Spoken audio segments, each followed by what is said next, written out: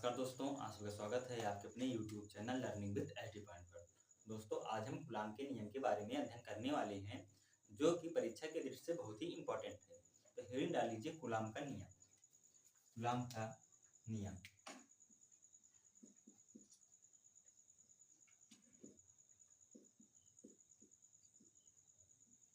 Coulomb का नियम हमने इसके पहले लेक्चर में देखा था कि जो सजातीय प्रकार के आवेश होते हैं, जैसे आपके हो गया प्लस प्लस प्लस प्लस या माइनस माइनस, ये एक दूसरे को क्या करते थे? प्रतिकर्षित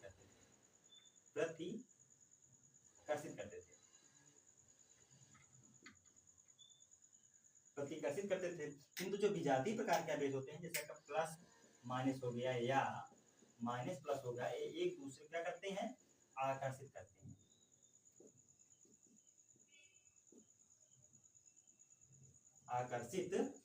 हैं। और कितने बल से आकर्षित करते हैं, कितने बल से प्रतिकर्षित करते हैं, इसी के बारे में हमारे कूलाम जी ने बताया था। इन्होंने कहा था कि इन्हीं दो बिंदु आवेशों के बीच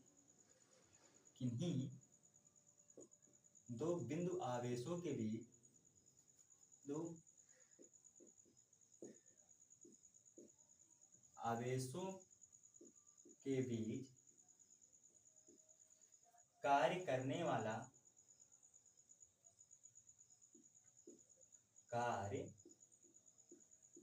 करने वाली आकर्षण अथवा प्रतिकर्षण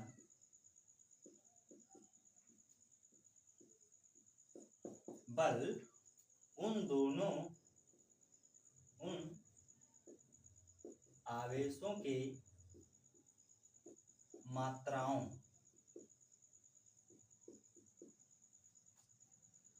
के गुणनफल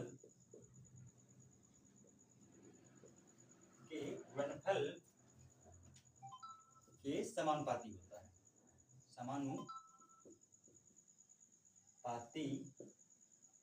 समानुपाती तथा इनके बीच की दूरी के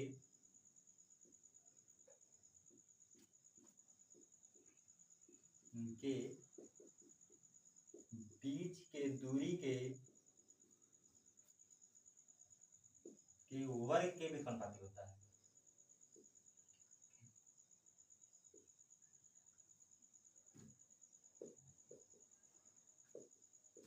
व्युत्क्रमानुपाती होता है। उन्होंने क्या कहा था कि इन्हीं दो बिंदु आवेशों के बीच कार्य करने वाला आकर्षण तथा प्रतिकर्षण बल उन आवेशों की मात्राओं के गुणनफल के समानुपाती तथा उनके बीच की दूरी के वर्ग के व्युत्क्रमानुपाती होता है। कहने का मतलब है कि इन्हीं दो बिंदु आवेश, तो मान लीजिए आपने यहाँ पर कोई दो बिंदु आवेश दिए गए हैं। मान लेते हैं हमारे कोई बिंदु आवेश यहाँ पर है, जिस पर मान लेते हैं प्लस क्यू आवेश है, प्लस Q1 है। इसी प्रकार से हम एक दूसरा बिंदु आवेश मान लेते हैं, इस पर मान लेते हैं प्लस Q2 आवेश है। तो इन दोनों आवेशों के बीच की दूरी मान लेते हैं बच्चा R है। क्या है? R है। तो कूलाम जी ने कहा था कि किन्हीं दो बिंदु आवेशों के बीच जो लगने वाला बल होता है, वो क्या होता है? मात्राओं के गुणनफल के समानुपाती होता है। कहने का मतलब जो बल लगेगा वो आवेशों के गुणनफल के समानुपाती होता है। अच्छा, इसी प्रकार से कहा था तथा उनके बीच की दूरी के वर्ग के व्युत्क्रमानुपाती, यानी मतलब F प्रोपोर्शनल R/2। ये दो इक्वेशन कूलाम के नियम से निकल के आता है। अच्छा, यहाँ पर आप देख क्या रहे हो, दोनों आवेश कैसे हैं? सजाती हैं। अगर सजाती हैं तो दोनों पर बल कैसे लगेगा? प्रतिकर्षण का बल लगेगा। या अगर Q1 के कारण बल लगेगा, ये किसके कारण बल लगेगा? Q2 के कारण लगेगा, या Q2 के कारण बल लगेगा। अच्छा, ये दोनों समीकरण को आपको कहां से मिला? कूलाम के नियम से मिला। अच्छा, यहाँ पर अगर सोचिए कि यदि मैं इन दोनों आवेशों के बीच की दूरी को मैं फिक्स कर दूं, क्या कर दूं?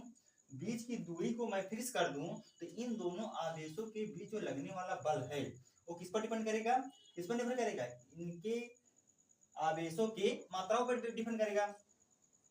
किस पर डिपेंड करेगा? इनके आवेश की मात्राओं पर डिपेंड करेगा। कहने का मतलब है आवेश का मान जिससे हम बढ़ाते जाएंगे, इनके बीच लगने वाला बल उतना ही अधिक होता जाएगा। आवेश जैसे जैसे हम कम करते जाएंगे इनके बीच लगने वाला जो बल होगा वो कम होता जाएगा। कहने का मतलब हम आवेश का अगर मान बढ़ा रहे हैं तो बल का भी मान बढ़ेगा, अगर आवेश का मान हम कम कर रहे हैं तो अब बल का भी मान क्या होगा, कम होगा। अच्छा, इसी प्रकार से अगर मैं इन दोनों आवेशों की मात्राओं को फिक्स कर दूं तब इन पर लगने वाला जो बल होगा इन दोनों के बीच किस पर डिपेंड करेगा, दूरी पर डिपेंड करेगा। कहने मतलब अगर आवेश को हम जितना दूर रखेंगे उनके बीच लगने वाला बल उतना ही कम होगा, और आवेश को जितना ही पास में लाएंगे उनके बीच लगने वाला बल उतना ही क्या होगा, अधिक होगा। कहना दूरी कम करेंगे तो लगने वाला बल क्या हो जाएगा, अधिक हो जाएगा। यहीं पे दिया गया है, जैसे आपका दूरी अगर बढ़ाएंगे तो लगने वाला बल क्या होगा, कम होगा। अगर मैं दूरी को कम करता हूं तो लगने वाला बल का मान क्या होगा, बढ़ जाएगा। क्या हो जाएगा, बढ़ जाएगा। इसी को गुलाम जी ने बताया था, इन्होंने कहा था कि यदि कोई दो बिंदु आवेश रखे हैं तो उनके बीच जो लगने वाला आकर्षण और प्रतिकर्षण बल होता है उन आवेशों की मात्राओं के गुणनफल के समानुपाती तथा उनके बीच की दूरी के व्युत्क्रमानुपाती होता है। अच्छा, ये दो समीकरण से, इन दोनों समीकरण से हमें मिलता है समीकरण 1 व 2 से, समीकरण 1 व 2 से हमें मिलता है F proportional Q1 Q2 by आपका R स्क्वायर। क्या मिलता है, Q1 Q2 by R square. अच्छा, हम बचपन से पढ़ते आए हैं जब कोई प्रोपोर्शनल का चिन्ह हटाते हैं तो वहां पर एक नियतांक आता है, यहाँ पर भी एक नियतांक आएगा, यहाँ पे F इक्वल एक नियतांक आएगा, मान लीजिए आपका K नियतांक आया, Q1 Q2 बाई आपका R स्क्वायर। अच्छा, जो K है ये किस पर डिपेंड करता है, K का मान किस पर डिपेंड करता है, तो K का मान जो है ये माध्यम पर डिपेंड करता है। किस पर डिपेंड करता है, माध्यम पर डिपेंड करता है कि इन दो आवेश जो हैं इनको आप रखे कहाँ हो, निर्वात में रखे हो कि जल में ले जाके रखे हो कि इनके बीच मोम भर दिए हो या कांच रख दिए हो, ये किस पर डिपेंड करता है, के का मान इनके बीच माध्यम पर डिपेंड करता है। अच्छा, यदि ये दोनों जो आवेश हैं अगर निर्वात में रखे हैं, कहाँ पर रखे हैं, यदि आपके दोनों आवेश जो हैं निर्वात में हैं तो के का मान जो होगा के equal to 1/4 pi epsilon naught, इसको लिखते हैं, इसका संख्यात्मक मान होता है 9 गुणा 10 की पावर 9 और इसका मात्रक होता है न्यूटन मीटर स्क्वायर प्रति कूलम स्क्वायर। अच्छा, आपको जो मात्रक है इसको आपको रखना नहीं है, इसको आप यहीं से निकाल सकते हैं। आपको जिसका भी मात्रक निकालना है उसको एक पक्ष में रखिए, बाकी जितनी भी राशियां हैं उनको एक पक्ष में भेज दीजिए। यहाँ पर आप देख रहे हो जो F बराबर के Q1 Q2 बाई आपका आज पर दिया गया है। अच्छा, हमको मात्रक निकालना किसका है, के का, तो हम जितनी भी राशियां इनको इस साइड भेजेंगे तो यहाँ से के बराबर अगर आपकी जो R है ये किसमें आपका बटे में इस साइड जाएगा तो क्या होगा आपका गुणा में हो जाएगा, तो F इंटू क्या हो जाएगा R स्क्वायर। अच्छा, बटे आपका क्या हो जाएगा, ये किसमें दिया गया Q1 Q2 आपका इंटू में दिया गया इस साइड जाएगा तो डिवाइड में हो जाएगा, तो यहाँ पर Q1 Q2 क्या आ जाएगा, डिवाइड में आ जाएगा। अच्छा, यहाँ से आप जानते क्या हो, यह क्या आपका बल है, बल का मात्रा क्या होता है, न्यूटन होता है, बल का मात्रा क्या होता है, न्यूटन होता है। अच्छा, इसी के साथ आपका आर दिया गया है, आर क्या है, दूरी है बीच की, दूरी का मात्रा क्या होता है, मीटर होता है, क्या होता है, मीटर होता है। और मीटर पर आप क्या लगा, आर पर स्क्वायर लगा है तो यहाँ पर भी आप स्क्वायर लगा दीजिए। इसी प्रकार से बटे कूलम क्या हो जाएगा, कूलम, क्योंकि आवेश का मात्रा क्या होता है, कूलम होता है, यहाँ पे एक आवेश दो आवेश दोनों आवेश में स्क्वायर हो जाएगा, क्या हो जाएगा आपका कूलम स्क्वायर। इस प्रकार से जो मात्रक निकल गया कैसे निकल गया, न्यूटन मीटर स्क्वायर प्रति कूलम स्क्वायर निकल गया। अच्छा, यहीं से आप इसका विमीय सूत्र भी निकाल सकते हैं, विमीय सूत्र हम निकाल सकते हैं। कैसे, हम जानते हैं बल का जो विमीय सूत्र होता है क्या होता है आपका mLT की पावर -2 होता है। अच्छा, इसी प्रकार से जो मीटर है, मीटर किसमें नापते हैं, लंबाई में नापते हैं, तो इसका भी क्या होगा, विमीय सूत्र L होगा, ऊपर स्क्वायर है आपका स्क्वायर लग जाएगा। अच्छा, इसी प्रकार से बटे कूलम, कूलम का विमीय सूत्र क्या होता है, AT स्क्वायर हो जाएगा, A स्क्वायर T स्क्वायर, क्योंकि यहाँ पे क्या आपका स्क्वायर लगा है। ठीक, यहाँ तक समझ में आया। अब यहाँ से आप क्या देख रहे हो, ये दोनों राशि गुणा में दी गए हैं, इनके बेस भी समान है, तो हम जानते हैं जब गुणा में घातें जुड़ती हैं कब, जब उनके बेस आपस में क्या हो, समान हो। यहाँ पर भी बेस समान है, यहाँ पर आपकी घात कितनी है, 1 है, यहाँ पर 2 है तो 2 1 3 हो जाएगा, क्या हो जाएगा 2 1 3 हो जाएगा, तो m L की पावर 3 उसके बाद T की पावर -2। अच्छा, हम ये भी जानते हैं जब कोई राशि की घात बटे में हो या अगर उसको ऊपर ले जाते हैं तो उसकी चिन्ह में क्या जाता है, परिवर्तन हो जाता है। अगर यहाँ पर प्लस होता है तो क्या हो जाता है, ऊपर जाने पर माइनस लग जाता है, अगर माइनस में रहता है तो ऊपर जाने पर प्लस हो जाता है। तो यहाँ पर आप देख क्या रहे हो, यहाँ पर क्या है, माइनस है, तो अगर प्लस है तो प्लस रहे तो ऊपर जाएगा, कैसा हो जाएगा, माइनस हो जाएगा, तो 80 ऊपर जाएगा तो माइनस का स्क्वायर हो जाएगा, माइनस का स्क्वायर हो जाएगा। अच्छा ए वाला ए जाएगा ऊपर, क्या हो जाएगा, इसका भी माइनस स्क्वायर हो जाएगा, माइनस का 2 हो जाएगा। अच्छा यहाँ से आप क्या देख रहे हो, जो टी है दोनों बेस सेम है, जब दोनों बेस सेम है तो घाते जुड़ जाएंगी, क्या हो जाएंगी, घाते जुड़ेंगे, तो यहाँ से क्या हो जाएगा, ml3 और टी की पावर कितना हो जाएगा, टी की पावर -2 क्या हो जाएगा आपका, माइनस का 4 हो जाएगा, क्या हो जाएगा, -4। यहाँ पर आपको क्या दिया गया है, ए इनवर्स एक पावर -2 दिया गया है, तो ये क्या आपका निकल आया, ये आपका विमीय सूत्र निकल आया, किसका निकल के आया है, के का विमीय सूत्र निकल के आया है।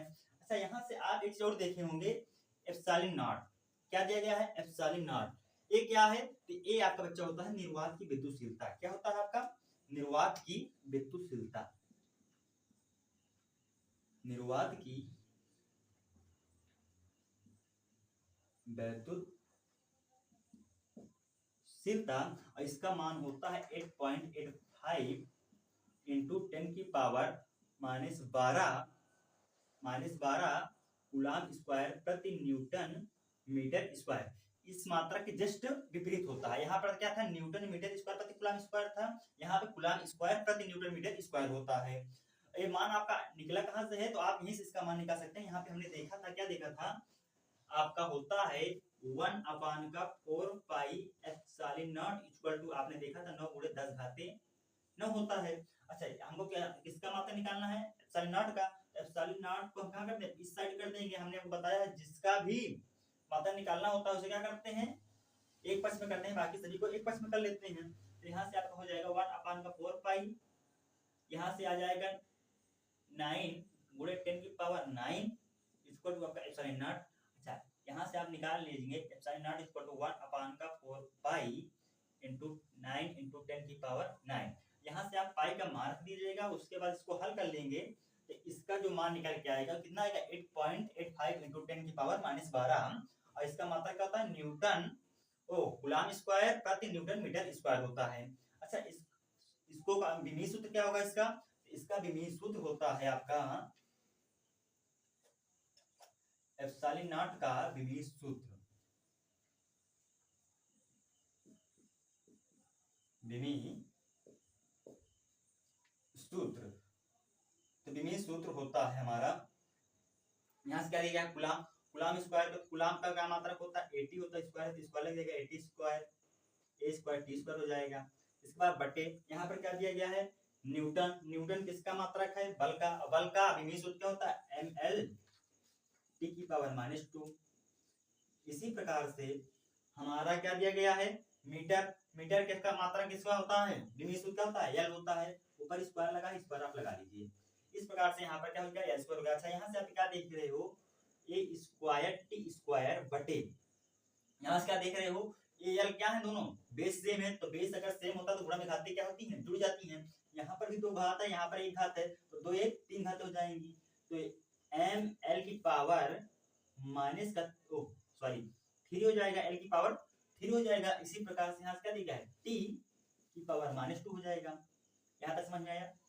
अब इसके बाद आपको जितनी भी राशियां हैं इनको क्या करना है, आपको ऊपर ले जाना है। तो हम जानते हैं जब कोई राशि नीचे से अगर बटे से ऊपर जाती है तो उसके घात में क्या हो जाता है, परिवर्तन हो जाता है। अगर प्लस में रहता है तो माइनस में हो जाता है, अगर माइनस में रहता है तो प्लस में हो जाता है। तो इसको जब ऊपर ले जाएंगे तो a स्क्वायर t स्क्वायर। अच्छा यहाँ से आप क्या देख रहे हो, जब m ऊपर जाएगा तो इसके ऊपर घात कितनी है, 1 है, लेकिन जैसे ऊपर जाएगा इसके ऊपर क्या जाएगा, माइनस कौन चढ़ जाएगा, कहने का मतलब n इनवर्स हो जाएगा। अब ये l है, l के ऊपर घात कैसे 3 है, लेकिन कैसा पॉजिटिव है, ऊपर जाएगा कैसा हो जाएगा, नेगेटिव हो जाएगा, l की पावर -3। t इसी प्रकार से ऊपर जाएगा, नीचे माइनस में, तो ऊपर जाएगा तो प्लस में हो जाएगा, कितना हो जाएगा 2। यहाँ तो समझ में आया। अच्छा यहाँ से आप क्या देख रहे हो, जो t है ये दोनों के बेस सेम है, तो यहाँ से अगर बेस सेम है तो इनकी भी घातें क्या हो जाएंगे, आपस में जुड़ जाएंगी, गुणा में है। तो यहाँ से a स्क्वायर t और t का स्क्वायर कितना हो जाएगा, t की पावर 4। उसके बाद हमारे क्या हो जाएगा, m की पावर माइनस इनवर्स आपका देगा n इनवर्स l की पावर -3। क्या तो समझ में आया। अब इसको आप एक क्रम में लिख लीजिए, m इनवर्स l की पावर -3 t की पावर 4 और आपका a स्क्वायर। तो ये क्या होगा आपका एप्सिलॉन नॉट का विमेय सूत्र निकल आया। क्या निकल आया आपका एप्सिलॉन नॉट का विमेय सूत्र निकल आया। ध्यान से आप इसको नोट कर लीजिए, ना स्क्रीनशॉट ले लीजिए आप। इसके बाद इसके आगे चलते हैं।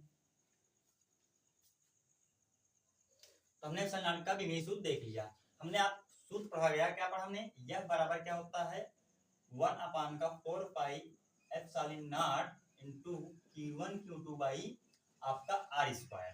क्या होता है r स्क्वायर होता है। ये किसके लिए होता है आपका, जब कोई दो बिंदु आवेश कहां पर रखे हों, निर्वात में रखे हों। कहां पर रखे हों, निर्वात पर रखे हों। अच्छा, यदि q1 इक्वल q2 1 कूलम हो, 1 coulomb, r equal to 1 metre हो, तब F इक्वल टू 9 into 10 की पावर 9 न्यूटन होगा। यहां से आप इसकी 1 कूलम की परिभाषा लिख सकते हैं। 1 कूलम वह आवेश है, 1 कूलम वह आवेश है जो अपने से 1 मीटर दूरी पर रखे अपने के बराबर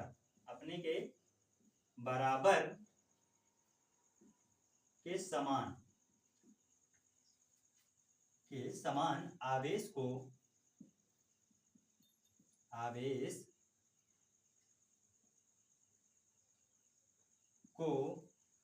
9 × 10⁹ न्यूटन बल से प्रतिकर्षित करता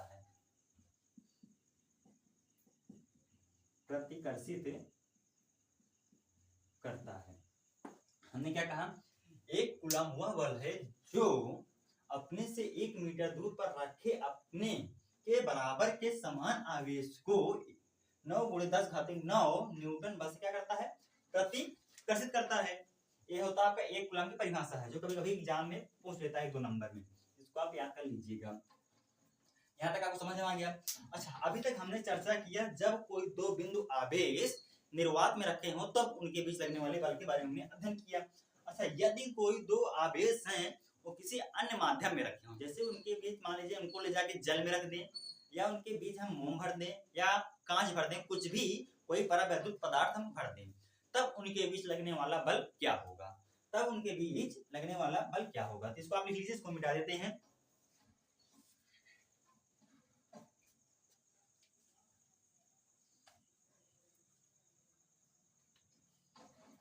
ये आपका किसके लिए है, निर्वात के लिए। किसके लिए है ये आपका, निर्वात के लिए। तो यदि कोई दो बिंदु आवेश हैं, मान लेते हैं यहाँ पर कोई दो बिंदु आवेश हैं, इस पर मान लीजिए प्लस q1 चार्ज है, दूसरा आवेश है जिससे मान लें प्लस q2 चार्ज है। तो इन दोनों के बीच की दूरी r है। यदि मैं इन दोनों आवेशों के बीच कोई परावैद्युत पदार्थ भर दूं, क्या भर दूं, परावैद्युत पदार्थ भर देता हूं, तब इनके बीच जो लगने वाला बल होगा वो कितना होगा। जब इनके बीच कोई परावैद्युत पदार्थ भर दिया जाता है तो इनके बीच जो लगने वाला बल होता है वह 1/k गुना क्या हो जाता है, बढ़ जाता है। 1/k गुना बढ़ जाता है। कहने मतलब आपको हो जाएगा जो माध्यम में लगने वाला जो बल हो जाएगा वो हो जाएगा 1/4 pi epsilon not k into q1 q2 by आपका r स्क्वायर। अच्छा, आपके मैंने प्रश्न आया होगा कि a वाला k क्या है आपका। इसके पहले वाले के हमने अध्ययन किया, ये k का मान होता है, लेकिन एक k दूसरा है।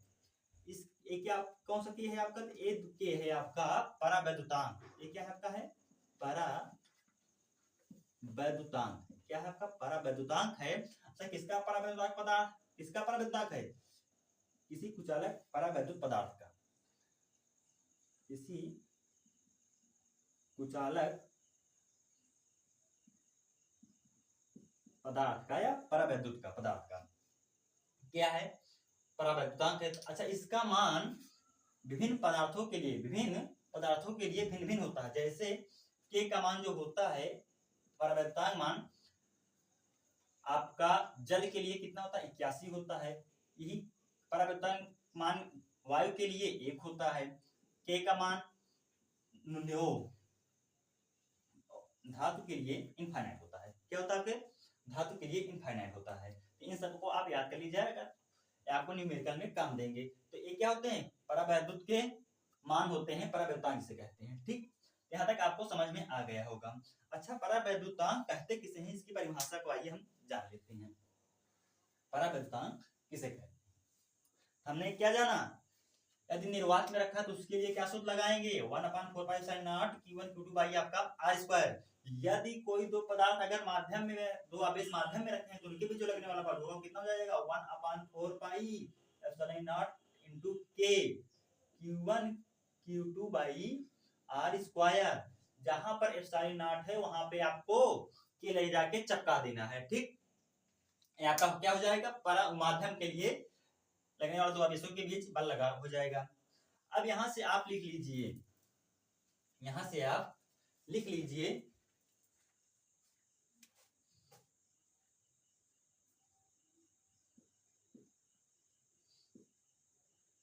परावैद्युतांक या इसी कहते हैं आपेक्षिक वैद्युतशीलता।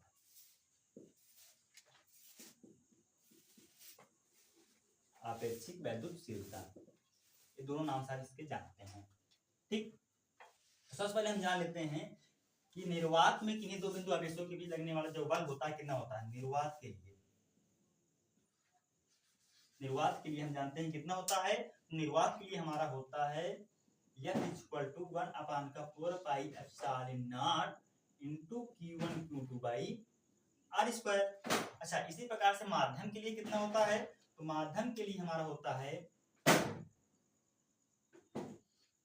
माध्यम के लिए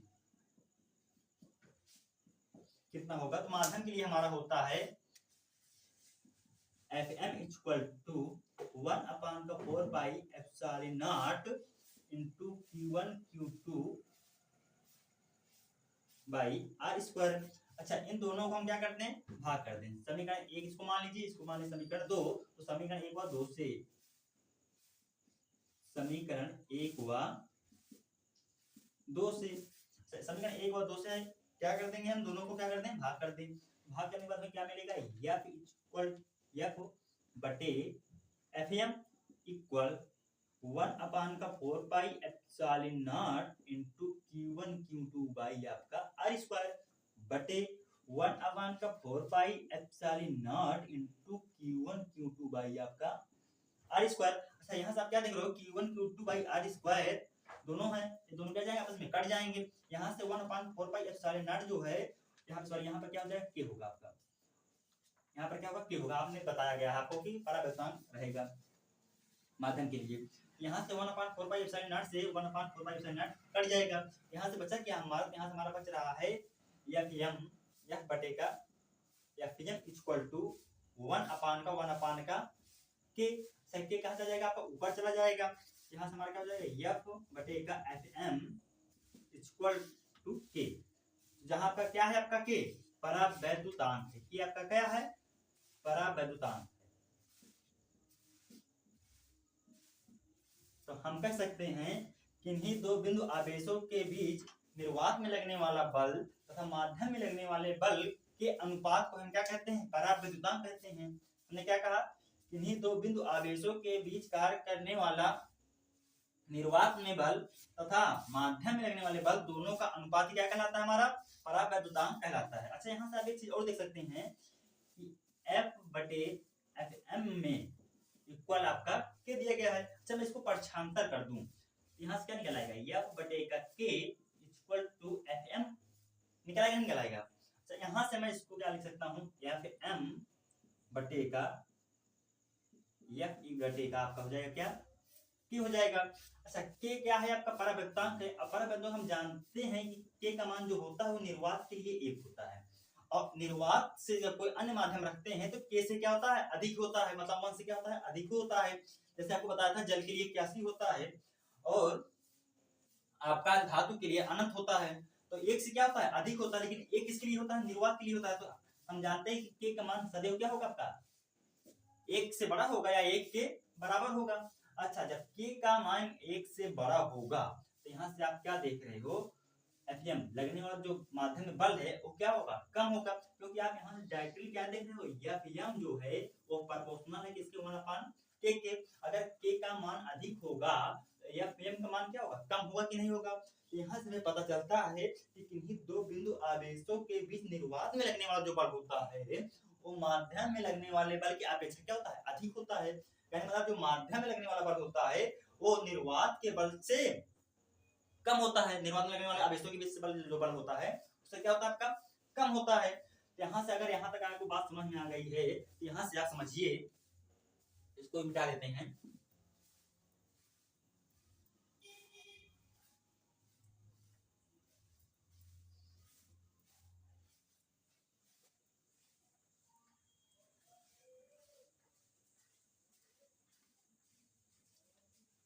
यहाँ से बना लीजिए आप, मान लीजिए कोई आपके दो बिंदु आवेश हैं, मान लीजिए यहाँ पर आपका क्या दिया गया एक बिंदु आवेश है जिसमें मान लेते हैं प्लस Q1 आवेश है, इसी प्रकार से यहाँ पे बिंदु आवेश है इस पर मान लेते हैं Q2 आवेश है। इन दोनों आवेशों के बीच की दूरी मान लेते हैं R है। कितना है आपका R है। तब ये दोनों कहाँ पर रखे हैं निर्वात में रखे हैं। कहाँ पर रखे हैं बच्चा निर्वात में रखे हैं। तब इनके बीच जो लगने वाला बल होगा कितना हो जाएगा आपका, इनके बीच लगने वाला जो बल होगा वो होगा F = 1/4 pi epsilon naught into Q1 Q2 by आपका R² हो जाएगा। यहाँ तक समझ में आया, यहाँ तक समझ में आया। अच्छा इसी प्रकार से मैं एक दो बिंदु भी सेम दूरी पर एक आवेश और दो आवेश ले लेता हूँ। मान लीजिए इस पर आपका क्या है समान आवेश है प्लस Q2, ठीक। इन दोनों के बीच की भी दूरी कितनी है आपकी R है। क्या है आपकी R है। अच्छा इनको मैं तो निर्वात में रखा था, लेकिन इन दोनों आवेशों के बीच में कोई परावैद्युत पदार्थ रख देता हूँ। कोई क्या रख दे परावैद्युत पदार्थ भर दिया।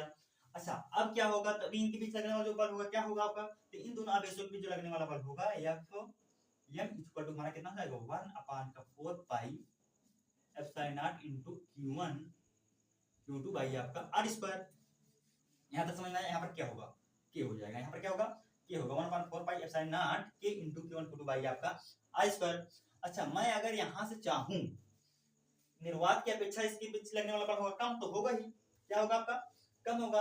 अगर मैं चाहूं इन दोनों आवेश के बीच जो बल लग रहा है माध्यम में उतना ही बल लगे अगर मैं इस दोनों ये जो परावैद्युत पदार्थ रखा है इसको मैं हटा दूं। तो कहने का मतलब है कि जितना बल माध्यम में लगा रहे हैं उतना ही बल लगे जब इनको हम परावैद्युत पदार्थ को मैं हटा दूं।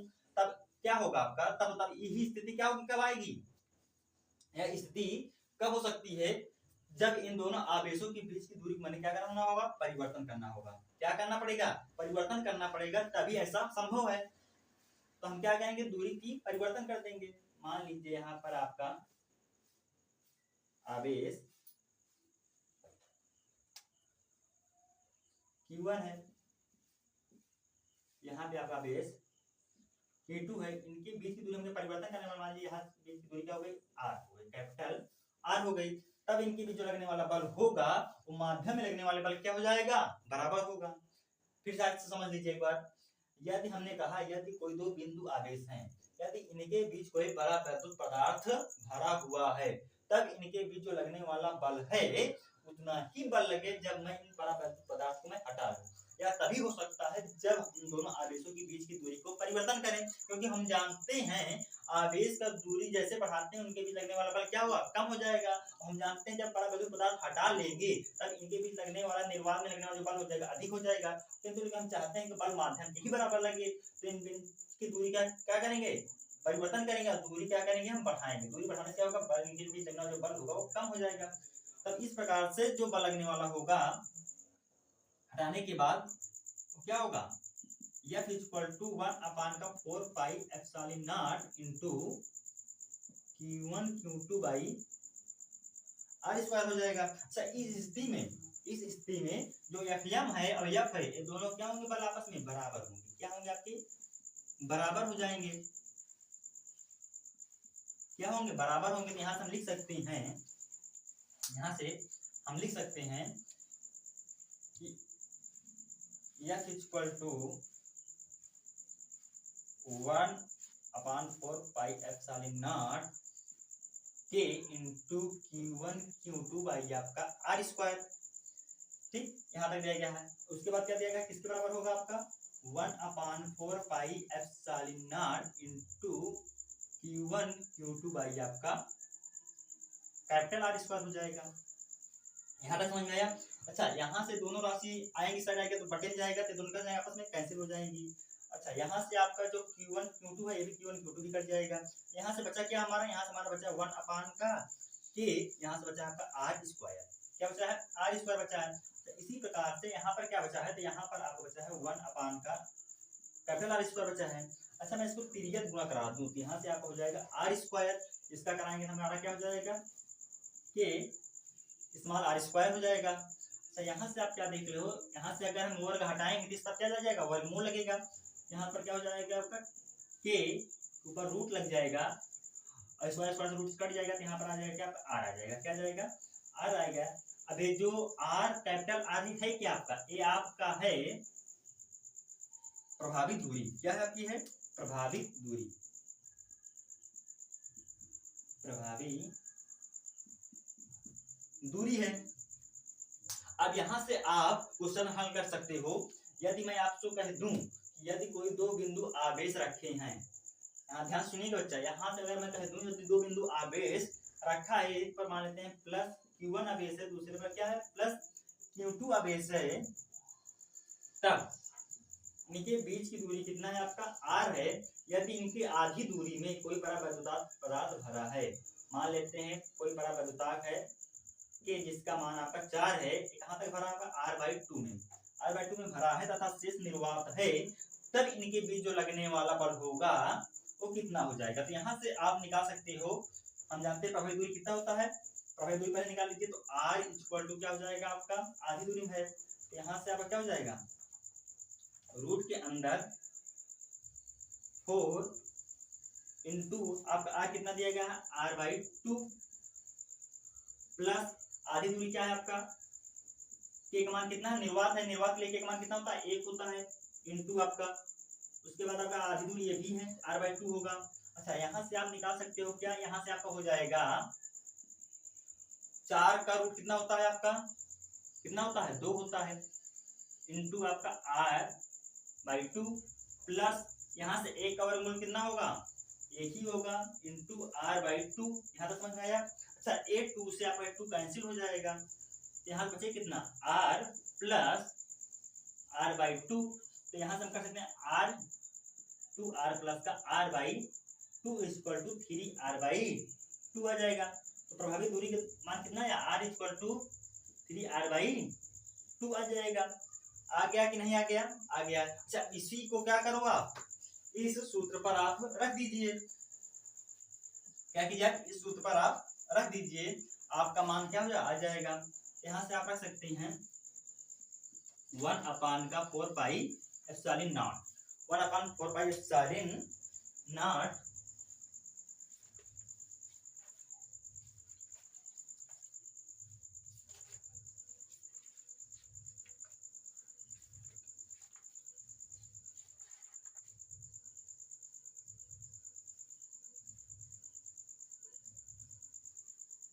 Epsilon not into Q1 Q2 by आपका R का मान कितना निकाला है, 3R/2 स्क्वायर। इसी को आप हल कर लीजिए, आपका क्या जाएगा, आंसर आ जाएगा। यह सूत्र तभी काम आएगा जब आपके किन्हीं दो बिंदु आवेशों के बीच एक से अधिक परावैद्युताक पदार्थ भरा हो, तब आप यहाँ से आप प्रभावी दूरी निकाल सकते हैं। उसके बाद आप कूलॉम के नियम से क्या करेंगे, उनके बीच लगने वाला बल ज्ञात कर लेंगे। तो आज तक यहीं तक, यहाँ तक आप याद कर लीजिए। अगले लेक्चर में मिलेंगे फिर, तब तक के लिए धन्यवाद।